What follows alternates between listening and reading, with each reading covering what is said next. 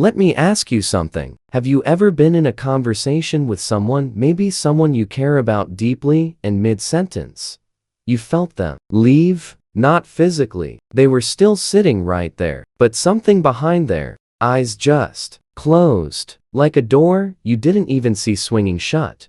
Or maybe in this one might hit a little closer, maybe you've been that person. The one who's physically present, but emotionally somewhere else entirely. The one who finds it easier to fix a problem than sit inside a feeling. The one who says, I'm fine, not because you're lying, but because you genuinely don't know what else to say.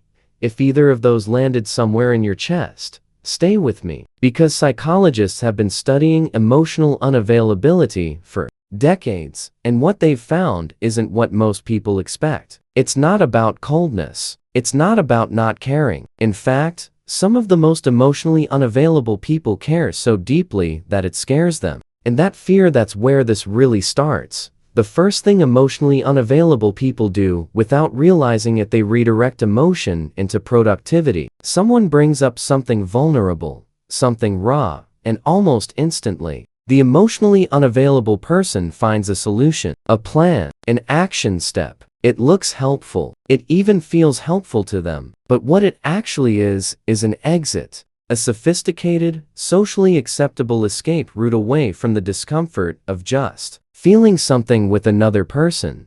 Psychologists call this intellectualization. It's a defense mechanism where the mind converts emotional experiences into cognitive problems to be solved. And here's the uncomfortable part: people who do this are often praised for it. They're the logical ones, the dependable ones, the ones who keep it together while everyone else falls apart. What nobody sees is the emotional processing that never actually happens underneath all that competence.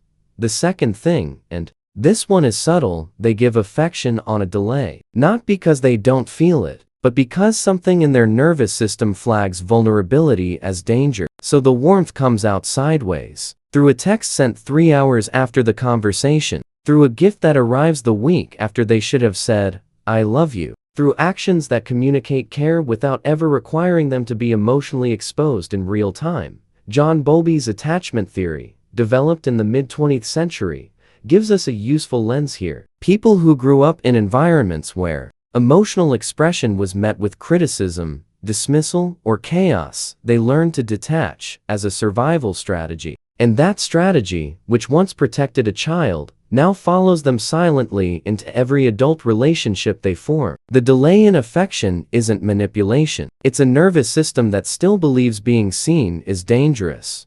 Now here's where I want to split something open for a second. Because when we talk about emotional unavailability, most people imagine two clear types. The person who genuinely doesn't feel much, and the person who feels everything but has built a wall around it. But the reality is a little more complex than that. There's actually a third type that almost nobody talks about. The person who is emotionally available for everyone else, who can sit with a friend's grief, who can listen for hours, who shows up completely for strangers, but becomes completely unavailable when the emotion is their own. They've mastered holding space for others as a way to avoid ever needing space held for them. Think about that for a moment. Which of these three sounds most familiar? Be honest with yourself. The third thing emotionally unavailable people do, without realizing it, they change the subject when conversations get too close. And they're incredibly smooth about it. You won't even notice it happening. One moment, you're talking about something real, something that matters, and somehow, 5 minutes later, you're both talking about what to have for dinner. The pivot is seamless, almost artful, because they've been practicing it for most of their life. This isn't dishonesty. It's self-protection operating on autopilot. A 2014 study on emotional regulation found that people with avoidant attachment patterns show significantly higher activation in areas of the brain associated with emotional suppression, even when they report feeling fine. Their bodies are working overtime to maintain a surface calm that has nothing to do with their actual internal state. They're not lying to you. They're lying to themselves, and they don't even know it. The fourth thing, they struggle to ask for help. even when they're drowning. There's a specific kind of exhaustion that comes from being the person who handles everything alone. And yet, when someone emotionally unavailable reaches that point, asking for support feels almost physically impossible. Not because they're too proud though, that's how it looks from outside, but because somewhere in their developmental history, needing something from another person became associated with either disappointment or burden. So they carry things silently, they handle it, they manage, and then, months later, they're standing in a kitchen at 2 a.m. unable to name what they're feeling, wondering why they feel so profoundly alone in their own life, even when people around them love them. This is one of the quieter tragedies of emotional unavailability. The people who most need connection are often the ones who have made themselves most structurally isolated from receiving it. The fifth thing, and perhaps the most disorienting one, they genuinely believe they're being emotionally present. This is the part that makes emotional unavailability so difficult to address. Because the emotionally unavailable person isn't performing openness while hiding. They actually believe they showed up. They remember the conversation. They think they were there. But there's a difference between being physically and cognitively present in a moment and being emotionally available inside it. And that gap, that specific gap, is invisible to them. This is partly why confronting emotional unavailability in someone rarely works the way people hope. They're not defending a lie they know they're telling. They're defending a version of reality they've genuinely internalized.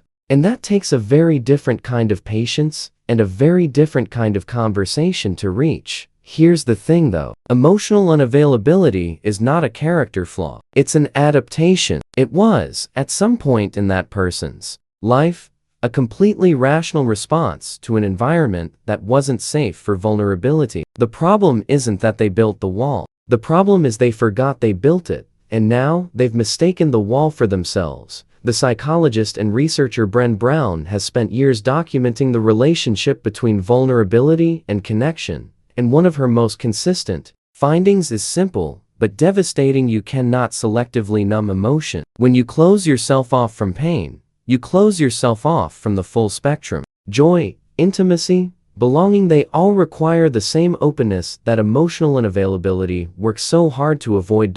So here's the question I want to leave you with, not as a challenge, but as a genuine invitation to sit with something. Is there an area of your life where you've been present, where you've showed up, checked the boxes, done the right things, but you haven't actually been available? Not to someone else necessarily, maybe just to yourself, because sometimes emotional unavailability isn't about the people we're with. It's about the version of ourselves we've never quite let out of the room. If something in this video felt uncomfortably specific, that's worth paying attention to. Drop a comment below. Tell me which of those 3 types resonated with you, or if you saw yourself in more than one. I read them. And if you want more of this kind of content, the kind that doesn't just explain psychology, but actually makes you think about your own, subscribe. There's more coming that I think you'll find useful.